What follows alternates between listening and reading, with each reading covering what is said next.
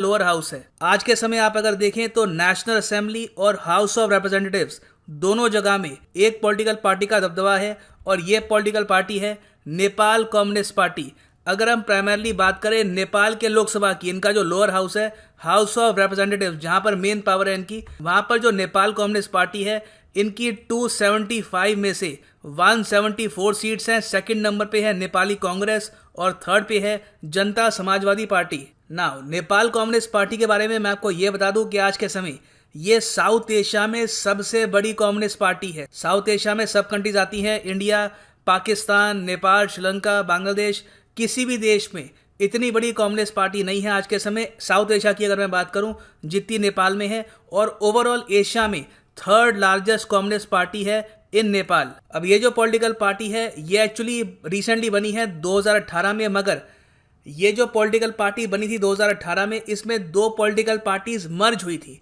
एक थी Communist Party of Nepal Unified Marxist Leninist और दूसरी Communist Party of Nepal Maoist Centre. इन दोनों पॉलिटिकल पार्टीज का वजूद काफी लंबे समय से है, काफी दशकों से ये पॉलिटिकल पार्टीज एग्जिस्ट करती थी, मगर रिसेंटली ये मर्ज होकर एक सिंगल पार्टी बन गई। अब देखो, कोई भी पॉलिटिकल पार्टी अगर मर्ज होकर बनती है तो वहां पर हमेशा आपको दिखेगी पावर स्ट्रगल, कि जो पुराने लीडर्स हैं वो चाहेंगे कि उनका जो ग्रुप है वो आगे रहे।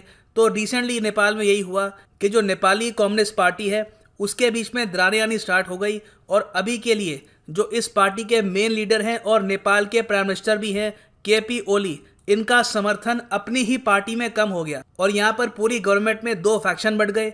एक फैक्शन जो केपी ओली के अगेंस्ट था और दूसरा फैक्शन जहाँ पर प्राइम मिनिस्टर और प्रेसिडेंट दोनों एक दूसरे का साथ दे रहे थे, और लग रहा था कि ये जो पॉलिटिकल पार्टी है ये टूट सकती है। नेपाल में हो सकता है कि फिर से इलेक्शन हो जाए, इसके पूरे चांसेस दिख रहे थे, मगर तभी चाइना यहाँ पे आता है और इस पॉलिटिकल क्राइसिस को रोक देता है। ये मैं कहूँगा, आई थिंक मैं जियोपॉलिटिक्स को काफ़ी लंबे समय से फॉलो कर रहा हूँ। चाइना ने इस तरीके से इतने ओपनली किसी भी कंट्री की पॉलिटिक्स में इंटरफेरेंस नहीं करी होगी। चाइना की जो ऑनवॉय है टू नेपाल, इनका नाम है हाउ यानकुई, इन्होंने पिछले 10 दिनों में बहुत से पॉलिटिकल लीडर से मीटिंग करी, उनसे बातचीत करी, उनको समझाया कि आपकी प्रॉब्लम्स क्या है, इनका सोल्यूशन क्या हो सकता है, और लिटरली नेपाल की पूरी पॉलिटिक्स मैनेज कर कर एनसीपी को जिंदा रखा और ये सरकार गिरने नहीं दी। यहाँ पे आप देख पाएंगे द काठमांडू पोस्ट का आर्टिकल है, इन अ सीरीज ऑफ मीटिंग्स, कोई एक मीटिंग नहीं हुई है। मैं खुद देख के हैरान था कि एक दूसरी कंट्री का ऑनवॉय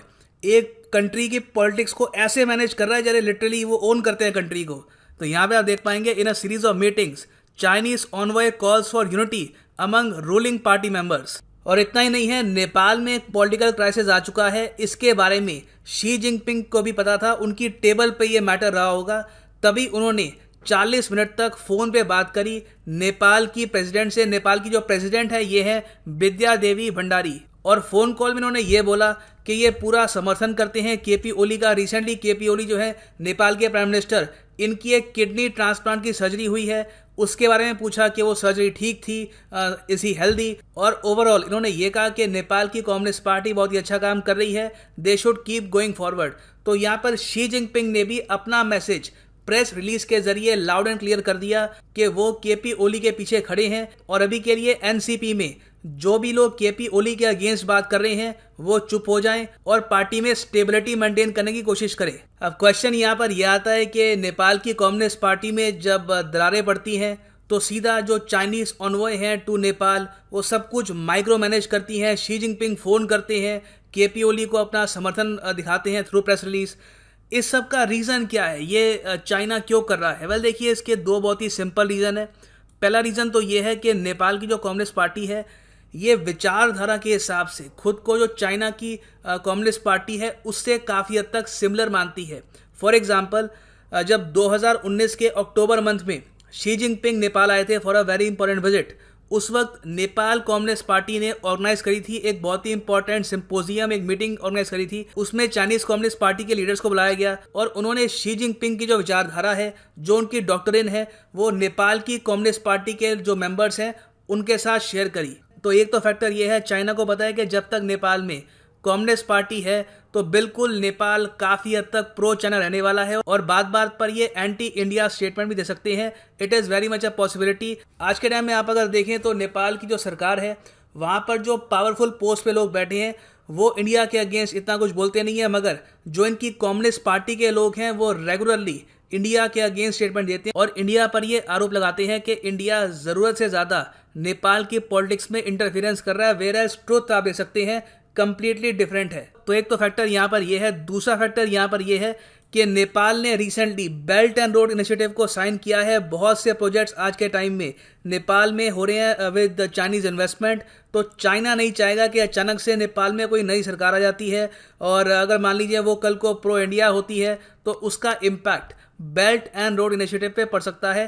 तो चाइना चाहता है कि ये ना हो। ऑलरेडी आप अगर देखें तो नेपाल में हाईएस्ट अमाउंट ऑफ एफडीआई यानी फॉरेन डायरेक्ट इन्वेस्टमेंट जो आता है वो आता है पीपल्स रिपब्लिक ऑफ चाइना से। यहाँ पे आप देख पाएंगे आर्टिकल है 2019 का। Over 90% of the total FDI to Nepal comes from China.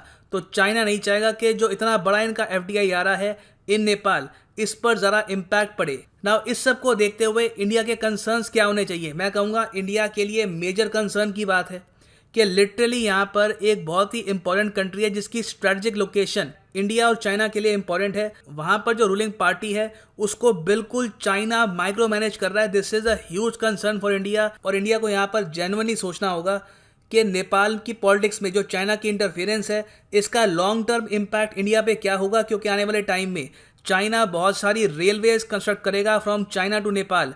For example China में जो एक जगह है केरुंग को ये चाहते हैं जोड़ दे लुम्बिनी से। सो मेरे हिसाब से तो ये एक बहुत ही बड़ा सिक्योरिटी चैलेंज है फॉर इंडिया।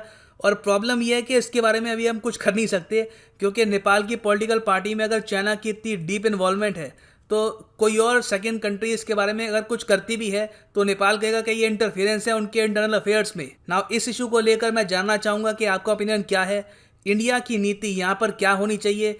आप लिख सकते हैं इसके बारे में in the comment section below. This is the end of the video. Thanks for listening and as always, God bless you all.